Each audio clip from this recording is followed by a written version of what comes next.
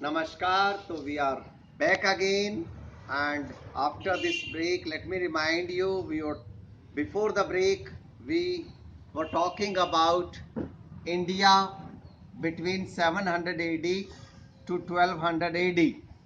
We talked about the tripartite struggle. We talked about the Pratihars, the Rashtrakuts, the Pals, और अब हम बात करेंगे राजपूतों के बारे में। The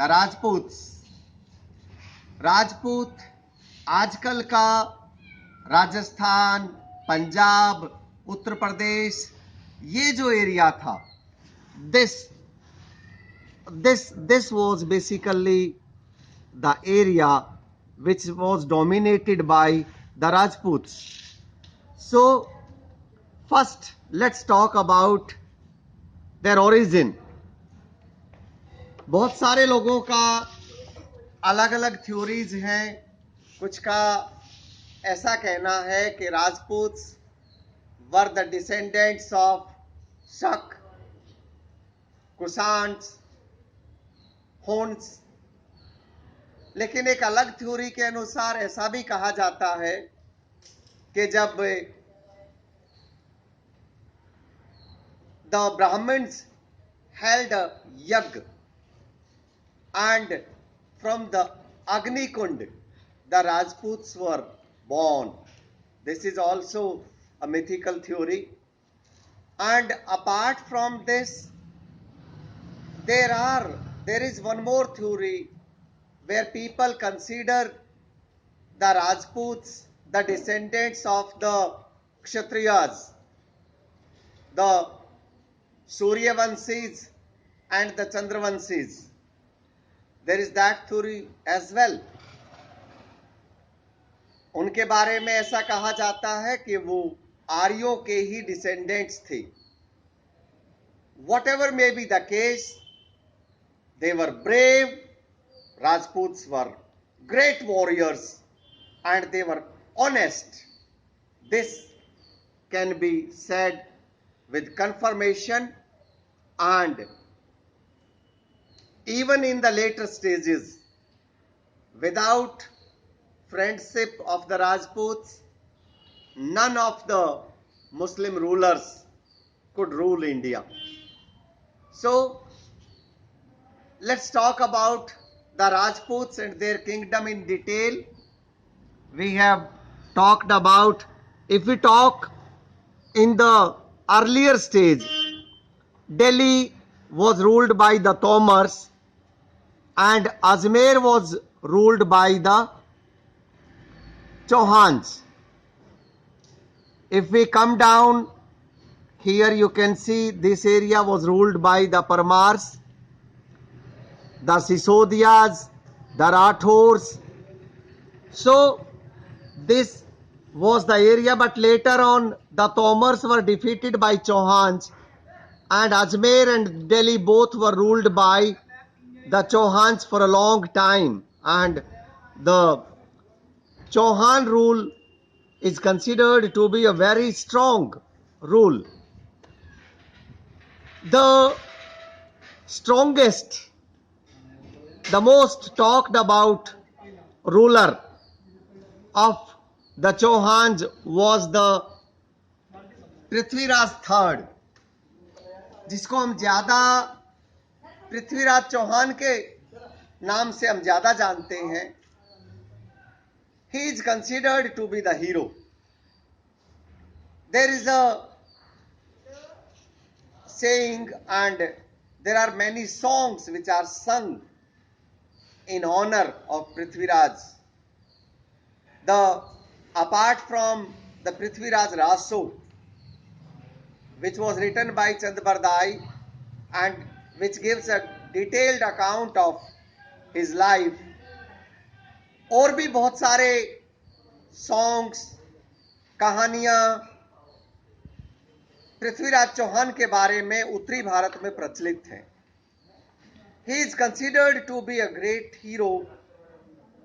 People say that when the king of Ujjain, Jayachand,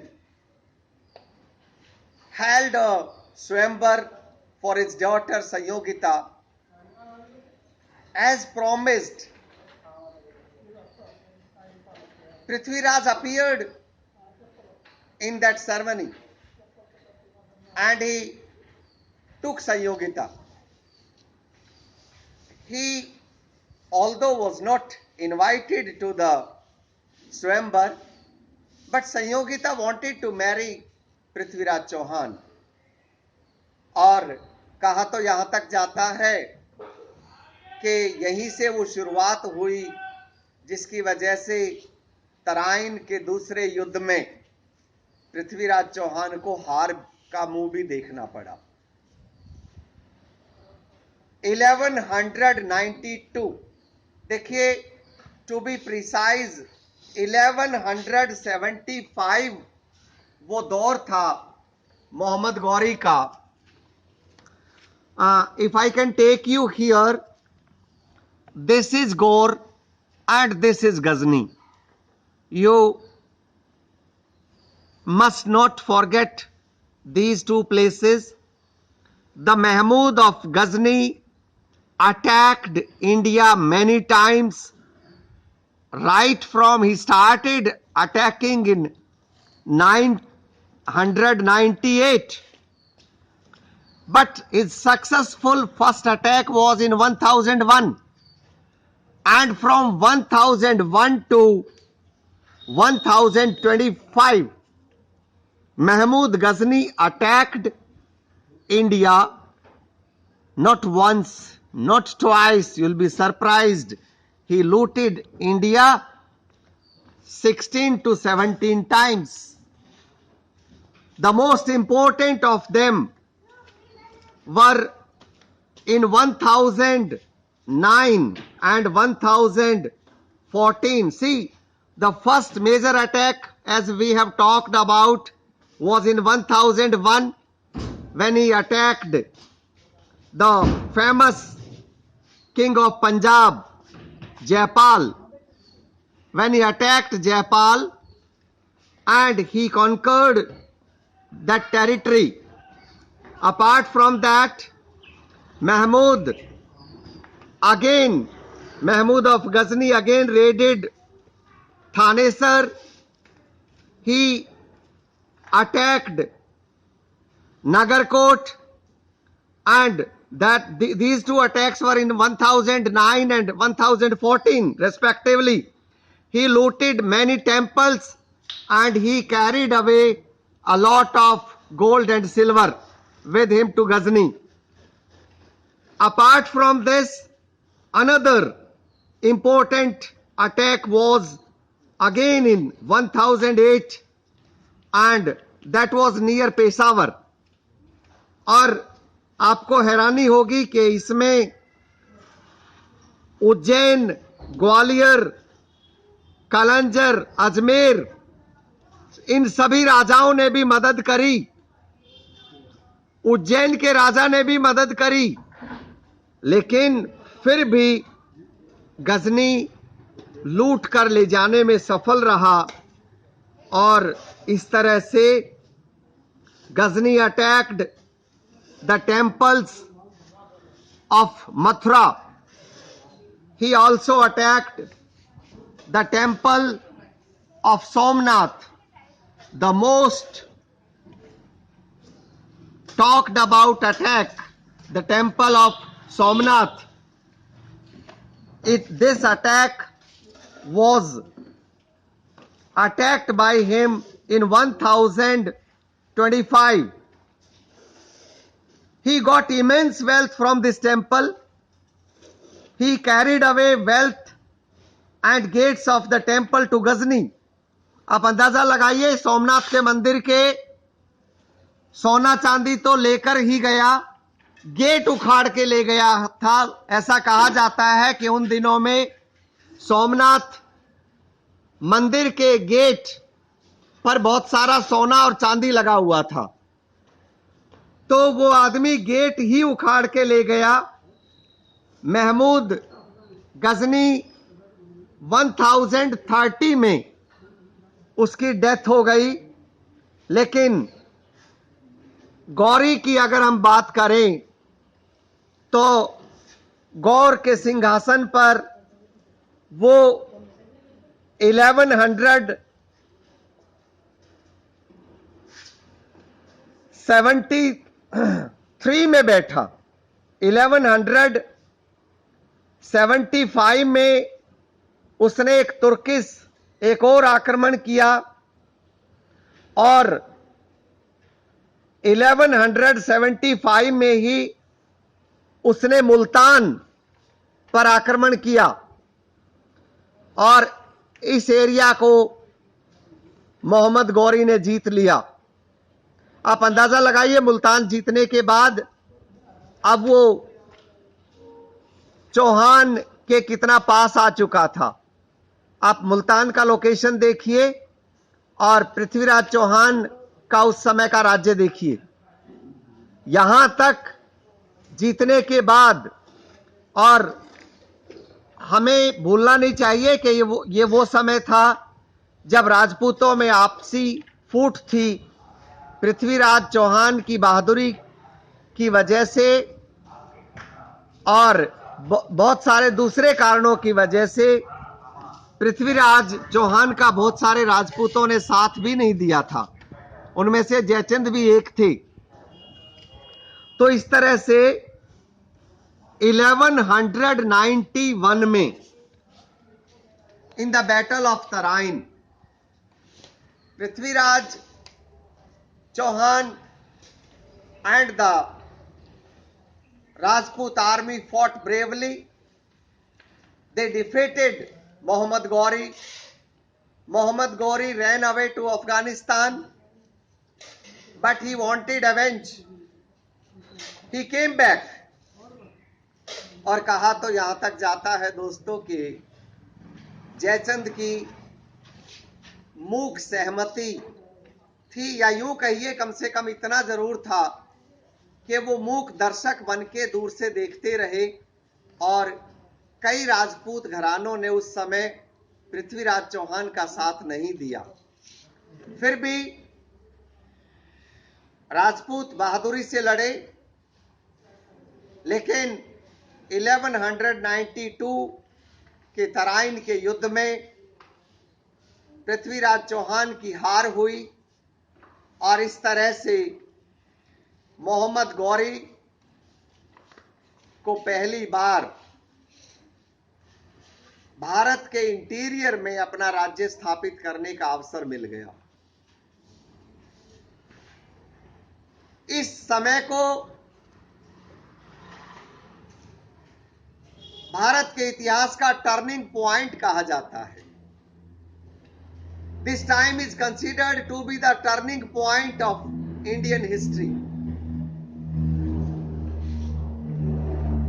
देखिए, there are two turning points in the Indian history, and one of them is the Second Battle of Tarain, after which the Muslims were able to establish their rule over India.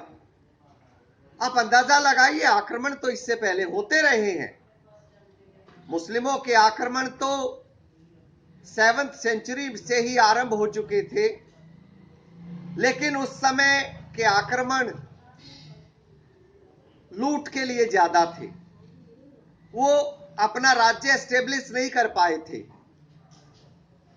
ये वो समय था जब मुस्लिमों ने अपना स्थायी राज्य तराइन के दूसरे युद्ध के बाद स्थापित कर लिया।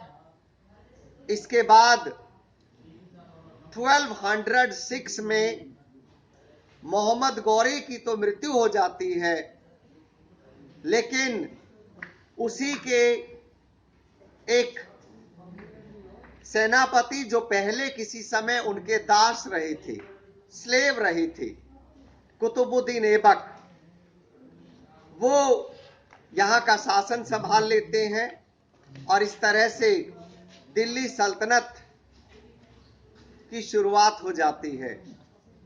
वो दिल्ली जो हमेशा पार का सेंटर रहा। आप याद कीजिए इंद्रप्रस्थ के दिनों से, दिल्ली का के दिनों से, और 7 अलग अलग शहर उसी दिल्ली में बसे हुए हैं। इतना महत्व है इस दिल्ली का। अलग अलग एम्पायर्स ने हमेशा राजधानी इसी क्षेत्र को चुना। इतना महत्व दिल्ली का है, इस बात से समझा जा सकता है। शुरुआत हुई थी कब? इंद्रप्रस्थ से। और दिल्ली सल्तनत से पहले भी, जस्ट पहले भी तोमर लोगों ने दिल्ली का महत्व समझा था, और दिल्ली हमेशा पार का सेंटर रहा। तो इस तरह से हमने उत्तरी भारत की तो बात कर ली, लेकिन मैं अब आपको साउथ में लिए चलता हूं। See, we have talked about this region. We have talked about this region. We are yet to talk about this region. आपको याद होगा कि ये वो समय था जब यहां भी राष्ट्रकूट्स को छोड़कर बाकी ज्यादा ताकतवर ये एम्पायर्स नहीं थे। ये छोटे छोटे राज्य थे। यादवों का ताप्ती नदी के किनारे किनारे, चालुक्याज, क्योंकि राष्ट्रकूट्स ने हराने के बाद इनका राज्य यहां तक सिकुड़ गया था। चेराज, आप याद कीजिए, काफी पहले थोड़ा सा ताकत इनके पास थी, लेकिन अब ये लगभग, ये चेराज अब ज्यादा ताकतवर नहीं थे। यही केस था पांड्याज का, और यही केस था पल्लव्स का। क्योंकि अब एक नई जो वंश था, नई एक डायनेस्टी थी, वो फिर से ताकतवर होने वाली थी। जी हां, मैं बात कर रहा हूं चोल्स की। मैं बात कर रहा हूं चोल डायनेस्टी की। और बड़ा रोचक इतिहास है चोल डायनेस्टी का। हम पहली बार चोल डायनेस्टी को एंशिएंट हिस्ट्री में पढ़ते हैं। करीब 300 बीसी में पढ़ते हैं। अशोक के समय चोल एम्पायर का, चोल डायनेस्टी का जिक्र आता है। उनकी एमर्जेंस, उनके ताकत की बातें की जाती हैं। लेकिन फिर अचानक लगभग 600 साल तक राज्य करने के बाद अचानक चोल डायनेस्टी गायब हो जाती है। 300 बीसी से 300 एडी तक जो एंशिएंट चोल्स थे, जो अर्लियर चोल थे, their emergence, their rule, we have a lot of proofs for that right from Ashoka's time. और फिर अचानक हम देखते हैं कि लगभग 500 साल तक फिर चोल डायनेस्टी की कोई बात नहीं होती। इस तरह से 500 साल तक चोल डायनेस्टी लगभग गायब रहने के बाद 800 के आसपास चोल डायनेस्टी फिर से रिकॉग्निशन में आ जाती है। प्रिसाइजली अगर मैं कहूं तो 848 में फिर से चोल डायनेस्टी। इसीलिए इतिहासकार ऐसा मानते हैं कि चोल इतिहास को या तो 2 भागों में या 3 भागों में बांटकर पढ़ना चाहिए हमें। The earlier Cholas, they dominated the southern parts of India for 600 years. इसके बाद 500 वो साल जब चोल ताकत गायब रही तो जो पहले का जो समय था उसे एंशियंट चोल कहिए, उसे अर्लियर चोल्स कहिए। और फिर 848 में आप अंदाजा लगाइए कि पल्लव्स का एक छोटा सा सामंत हुआ करता विजयला। चोल डायनेस्टी तो लगभग खत्म हो चुकी थी और एक छोटा सा सामंत कांचीपुरम में, और फिर से वो युद्ध कर देता है पल्लव्स के खिलाफ और युद्ध जीतता है। और इस तरह से वो एक बार फिर से विजयला जो है वो 848 में मेडिवल चोल डायनेस्टी की फिर से स्थापना करता है। मैं इसे मेडिवल, इतिहासकार इसे मेडिवल चोल डायनेस्टी इसलिए कहते हैं कि बीच में बहुत लंबा गैप रहा। और अगर आप इसे 3 भागों में पढ़ना चाहें तो फिर इसे ऐसे पढ़ें कि 848 से 11वीं सेंचुरी तक को मेडिवल बोलें और फिर उसके बाद का जो टाइम है उसे, उस चोल डायनेस्टी को थोड़ा सा और आगे का जो समय है उसे आप बोल सकते हैं कि देवर मॉडर्न। अदरवाइज तो 2 भागों में तो इसे बांट ही सकते हैं, मेडिवल और द अर्लियर चोल। तो विजयला जो है उन्होंने चोल रूल को फिर से स्थापना करी, जिसे आप 13वीं सेंचुरी तक फिर से बहुत ताकतवर पाते हैं। एक चिफ्टेन का मतियार्स की जो एक कावेरी डेल्टा पे एक छोटे से पल्लव डायनेस्टी के कांचीपुरम में जो एक छोटे से एक सामंत थे, after that attack, after that battle, after that victory, he began the rise of Chol dynasty, the medieval Chol dynasty. विजयला ने शुरू में तो, मैं आपको दिखाना चाहता हूं मैप में, शुरू में तो विजयला